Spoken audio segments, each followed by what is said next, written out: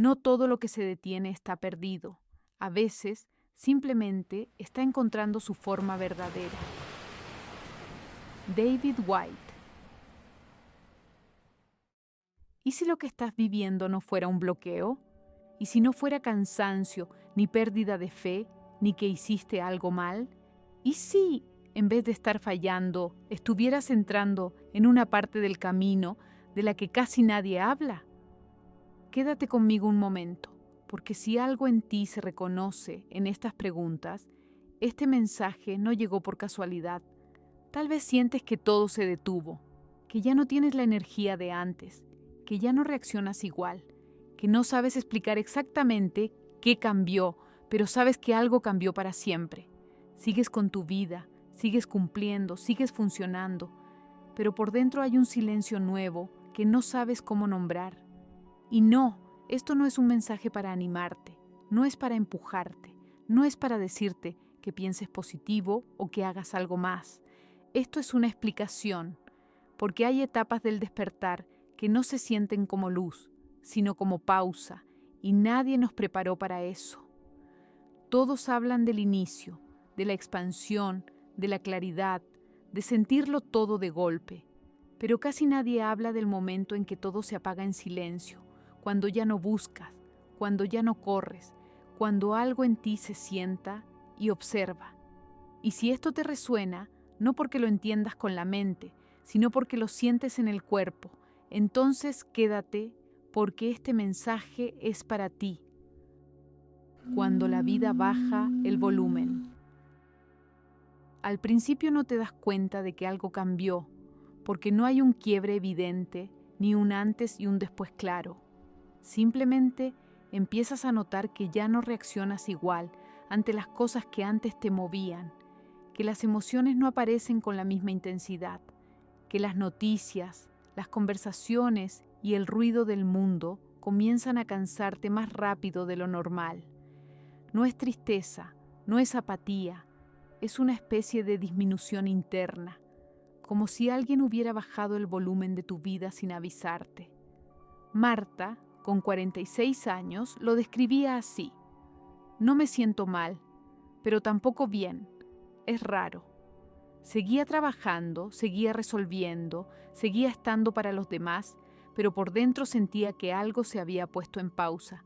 No había drama, no había crisis, no había lágrimas, solo una sensación constante de estar suspendida, como si estuviera esperando algo que no sabía qué era. Y eso, justamente eso, fue lo que más la desconcertó. Aquí viene algo importante, y casi nadie lo dice. No es que estés deprimida, no es que hayas perdido la chispa, es que algo en ti se replegó, como hacen ciertos animales antes del invierno, como hace el cuerpo cuando necesita conservar energía. Tu sistema interno empieza a cerrarse hacia adentro, no para desaparecer, sino para reorganizarse. Pero cuando no entiendes esto, el silencio empieza a asustar. Sigues cumpliendo con todo, sigues funcionando, sigues respondiendo a lo que se espera de ti. Desde fuera nadie nota nada extraño, pero por dentro hay una quietud nueva que no encaja con la idea que tenías de estar bien. No estás triste, no estás feliz, estás en un punto intermedio difícil de explicar, donde nada duele demasiado, pero nada entusiasma como antes. Y entonces aparece la pregunta más peligrosa de todas, la que casi nadie se atreve a decir en voz alta: ¿qué me pasa a mí? No qué está pasando afuera, no qué debo arreglar, sino qué cambió en mí sin que yo lo eligiera.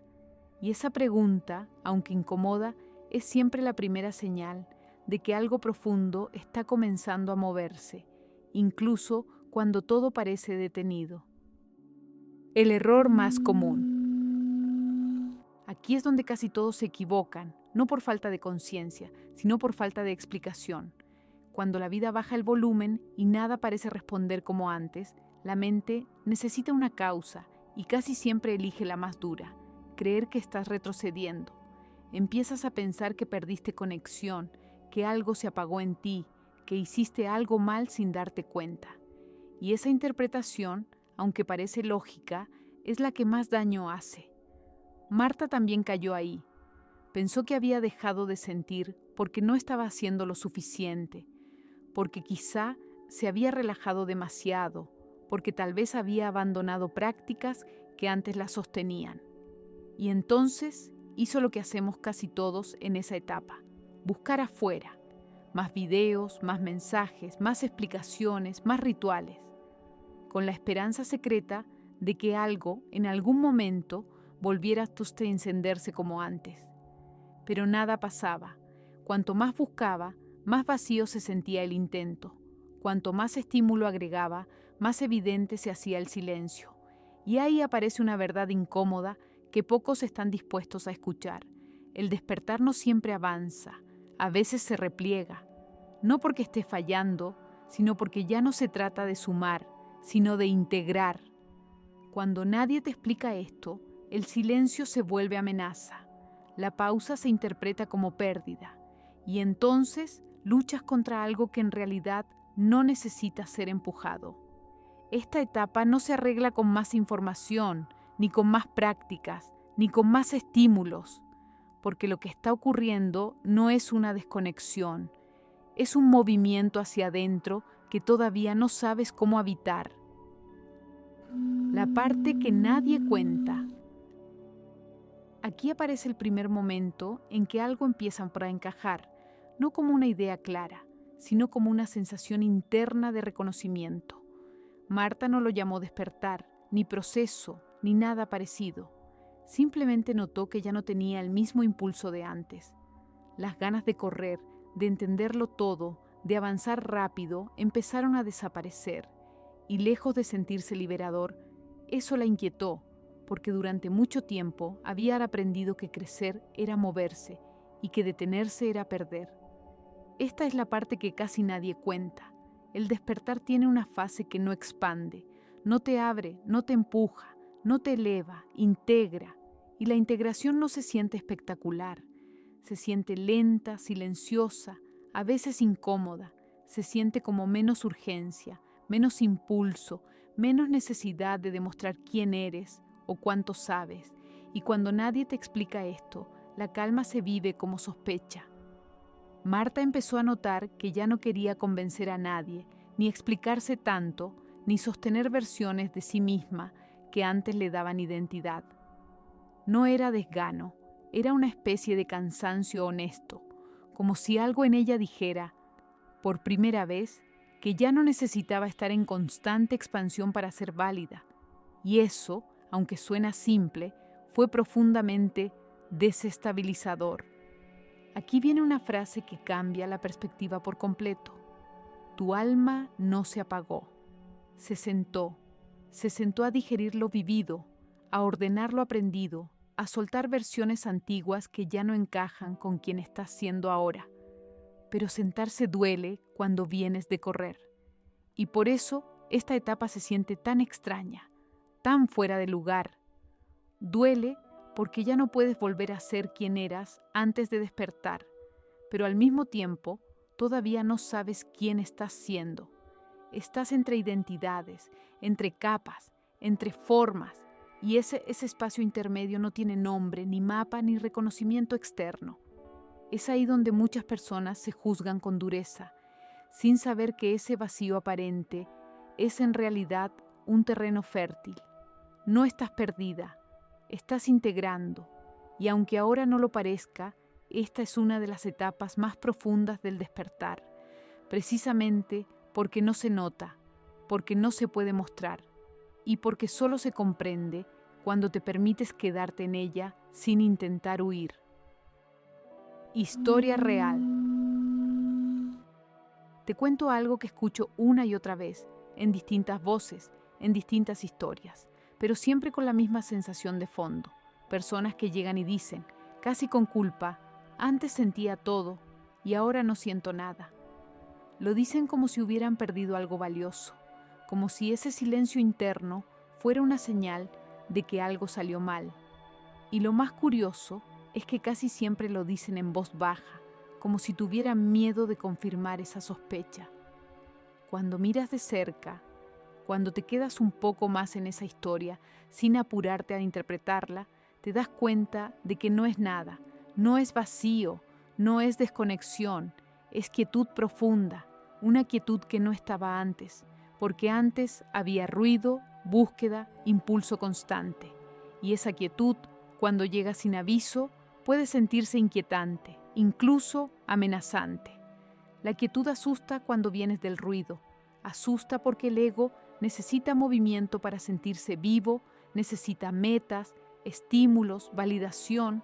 En cambio, el alma quiere verdad, y la verdad no siempre se mueve rápido. A veces se queda, a veces observa, a veces espera a que todo lo superficial se calme para poder mostrarse. En muchas de estas historias, incluida la de Marta, aparece el mismo patrón. Cuando el ego y el alma chocan, la vida baja el volumen. No para castigarte, sino para que puedas escuchar algo que antes quedaba tapado por el exceso de ruido. No es que hayas dejado de sentir, es que ahora sientes de otra manera, más sutil, más profunda, menos espectacular. Y aquí está el giro que casi nadie se permite considerar. Esa etapa que hoy interpretas como pérdida puede ser en realidad una madurez interna, una transición hacia una forma de conciencia que ya no necesita gritar para existir. Pero para reconocerla, primero tienes que dejar de pelearte con el silencio y permitirte habitarlo un poco más. Cuando todo se detiene.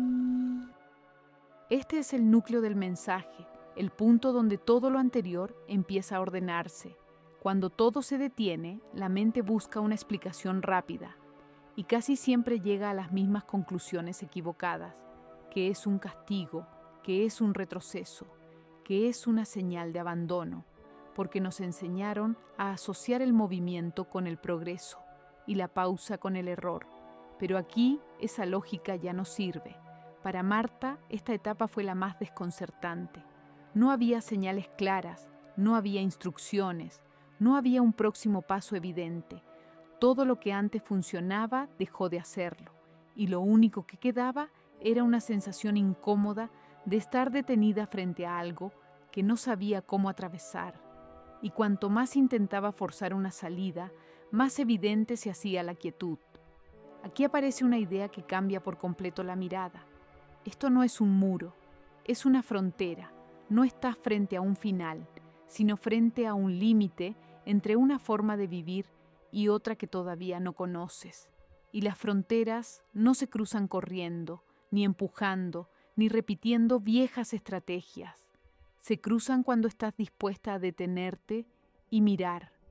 No puedes entender esta etapa solo pensando.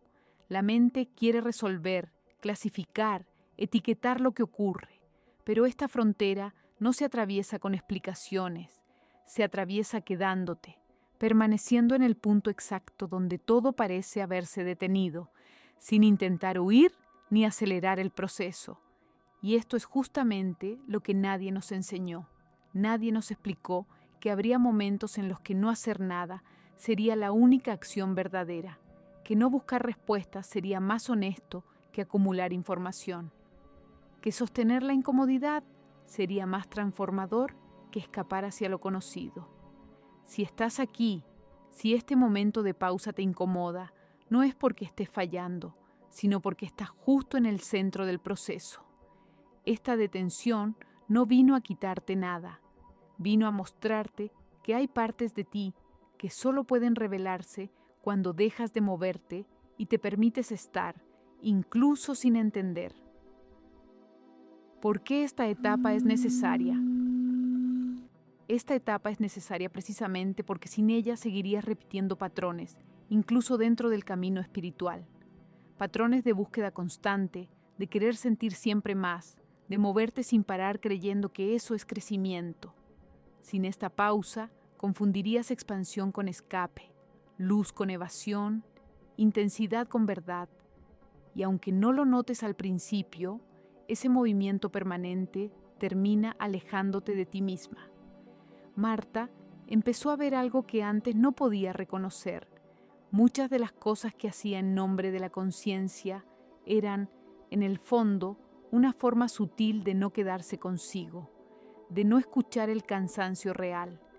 de no mirar las partes que no brillaban. Y cuando la vida la obligó a detenerse, se quedó sin recursos, sin prácticas, sin personajes que sostuvieran una imagen espiritual. Aquí aparece una frase que incomoda, pero libera. No todo lo luminoso es verdadero. A veces la luz también puede ser una forma de tapar lo que duele. Esta etapa viene a quitar adornos, a desarmar discursos, a dejarte sin roles claros. Y eso descoloca, porque ya no sabes desde dónde hablar, ni quién se supone que deberías ser. Por eso incomoda tanto, porque te deja sin máscaras, incluso las más bonitas. Te confronta con una versión más simple, más humana, más silenciosa de ti misma. Una versión que ya no necesita demostrar nada, pero que tampoco sabe todavía cómo habitarse del todo. Y ese punto intermedio suele sentirse frágil. Pero es justamente ahí donde algo verdadero comienza a nacer. Esta etapa no viene a elevarte, viene a encarnarte, a devolverte al cuerpo, a la experiencia real, a una conciencia menos espectacular, pero más honesta. Y aunque ahora no lo parezca, esta pausa es la que te permite dejar de actuar tu espiritualidad y empezar por fin a vivirla. No hagas nada. Aquí va lo más contraintuitivo de todo este proceso y probablemente lo más difícil de aceptar. No intentes salir de esto, no intentes entenderlo rápido, no intentes volver a sentir como antes, porque cada intento de forzar una salida es en realidad una forma sutil de resistencia a lo que está ocurriendo ahora. Marta tardó mucho en comprender esto. Cada vez que se sentía incómoda con la pausa, buscaba algo que la sacara de ahí, una explicación, una práctica, una señal. Pero cuanto más lo intentaba, más agotada se sentía. Hasta que un día, casi sin darse cuenta, dejó de empujar, y en ese gesto pequeño, algo empezó a acomodarse. Lo que viene no se fuerza, no responde al esfuerzo, ni a la voluntad, ni al deseo de avanzar. Responde a la disponibilidad, a la capacidad de quedarte presente incluso cuando no hay respuestas claras, a permitirte no saber, no sentir intensamente, no tener certezas. Y eso, aunque parezca pasivo, es profundamente activo por dentro. Quédate, observa, descansa en la pausa, no como quien se rinde, sino como quien confía en un proceso que todavía no puede ver. Descansa del impulso de arreglarte, de mejorar, de volver a una versión anterior de ti misma que ya no existe. Este descanso no es abandono, es gestación, porque lo que se está formando en este silencio no es un nuevo despertar, ni una versión más elevada de ti. No es una subida de energía, ni una experiencia extraordinaria. Es algo mucho más simple y más radical a la vez, una nueva forma de estar contigo misma. Y cuando eso termine de asentarse, cuando la vida vuelva a moverse, no será con ruido ni con urgencia, será con una presencia distinta, más lenta, más real, más enraizada. Y entonces entenderás que no hacer nada en este punto del camino fue exactamente lo que necesitabas hacer. Cuando empiezas a entenderlo. Si este mensaje te atravesó, no porque fuera bonito ni inspirador, sino porque fue incómodamente preciso, entonces hay algo importante que necesitas saber. No estás solo y no estás fallando. Lo que estás viviendo no es una excepción, es una etapa real que casi nadie nombra, y cuando no tiene nombre, duele más de lo necesario. Nada se perdió en este silencio, nada se apagó por error. Todo se detuvo porque algo más profundo necesitaba reorganizarse sin ruido, sin presión, sin expectativas externas. Hay movimientos internos que solo ocurren cuando la vida deja de empujarte hacia adelante y te permite quedarte donde estás. Y cuando esto vuelva a moverse, porque lo hará, no será como antes. No vendrá con urgencia, ni con euforia, ni con la necesidad de demostrar nada. Vendrá con una claridad tranquila, con una presencia distinta, con una verdad que no necesita explicarse ni defenderse. Quédate un poco más en esta pausa. No la llenes, no la apures, no la juzgues. A veces, no hacer nada no es rendirse. Es el acto más profundo de conciencia que una persona puede sostener cuando está aprendiendo, por primera vez, a habitarse de verdad. Namaste.